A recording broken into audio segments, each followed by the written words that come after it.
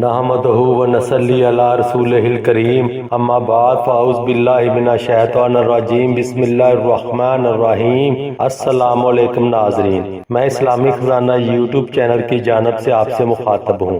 میں اللہ کریم سے آپ سب کی خیریت نیک چاہتا ہوں۔ اللہ کریم آپ کو اور مجھ ناچیز کو اپنے حفظ و امان میں رکھے۔ اچھائی کی بات سننا اور اس کو آگے تک پہنچانا ایک نیکی اور صدقہ جاریہ ہے۔ ناظرین، آج ہم جس وظیفے کی بات کریں گے وہ ایک نایاب اور بے حد با اثر وظیفہ ہے۔ آج کے وظیفے کا متن دشمن کی آنکھوں سے بچنا یا غائب ہونا ہے۔ میرے مسلمان بھائیوں، اگر آپ بھی دشمن سے تنگ ہیں، وہ آپ کے راستے میں کھڑا رہتا ہے تاکہ وہ آتے جاتے آپ کو تنگ کرے، آپ کی عزت نفس مجروح کرے، لوگوں کے سامنے آپ کا تماشا بنائے، آپ کمزور ہیں، اس ظالم دشمن کے اس طرح کے عمل کا آپ طاقت سے جواب نہیں دے سکتے۔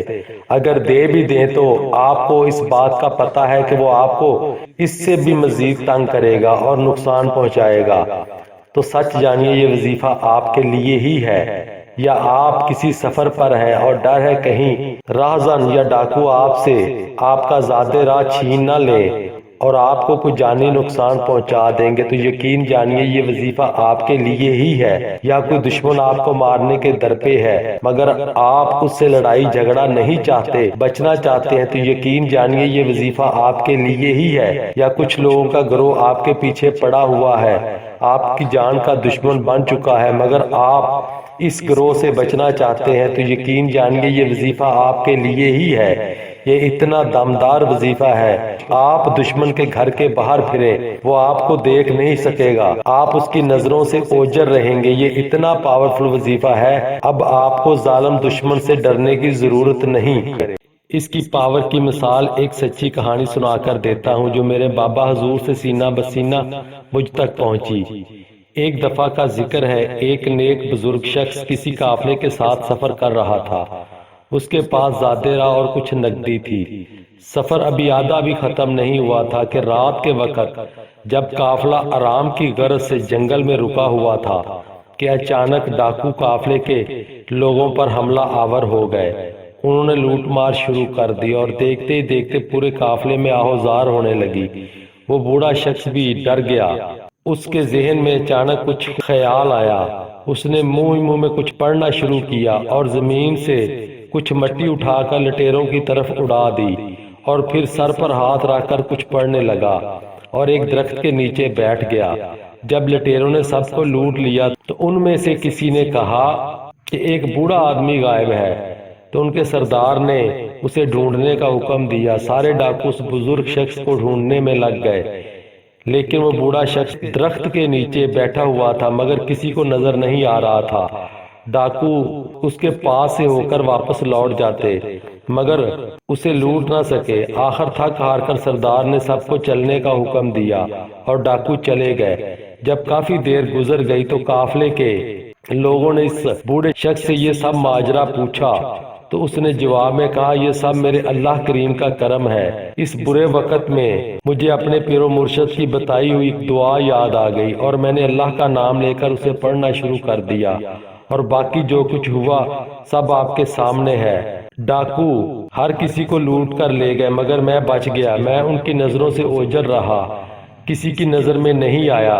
یہ سب میرے پیر و مرشد کی بتائی ہوئی اس دعا کا اثر ہے کہ میں بچ گیا۔ جب وہ قافلہ شہر پہنچا تو یہ قصہ زبان زد عام تھا۔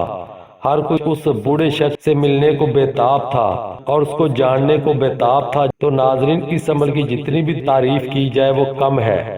وہ چاند کو چراغ دکھانے کے مترادف ہے۔ یہ عمل اپنے اندر وہ خواہش رکھتا ہے جو بہت کم ہی دیکھنے کو ملتی ہے۔ بس اس پر عمل کریں اور اللہ کریم پر توکل ہی کامیابی کی گارنٹی ہے۔ تو ناظرین، اگر آپ بھی چاہتے ہیں کہ آپ دشمن کی نظروں سے بچے رہیں، اس کے شر سے محفوظ رہیں اور کسی سفر کو جانے لگیں تو آپ کا سفر خیر و عافیت سے ہو اور آپ کو کوئی نقصان نہ پہنچ سکے، تو ناظرین، اگر آپ کے اوپر بھی کبھی اس طرح کا وقت آ جائے تو یہ 3 لفظ کی آیت پڑھ لیں، اذا زلزلات الارض۔ اس کو پڑھ کر آپ زمین سے مٹی اٹھا کر دشمن کی طرف یا اس کے گھر کی طرف پھینک دیں، اور پھر یہ آیت پڑھیں، فاضرب لهم طریقا فی البحر یابسا لا تخفوا درغا ولا تخشى وجعلنا من بين أيديهم سدا ومن خلفهم سدا فأغشيناهم فهم لا يبصرون۔